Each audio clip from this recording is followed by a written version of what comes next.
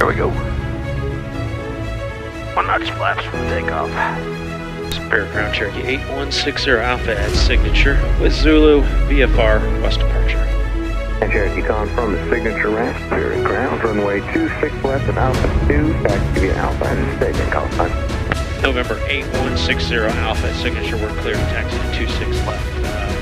Via Alpha and Alpha 260. Cherokee 8160 Alpha, Spirit Tower, westbound departure approved, runway 26 left at Alpha 2, cleared for takeoff. 70 rotate.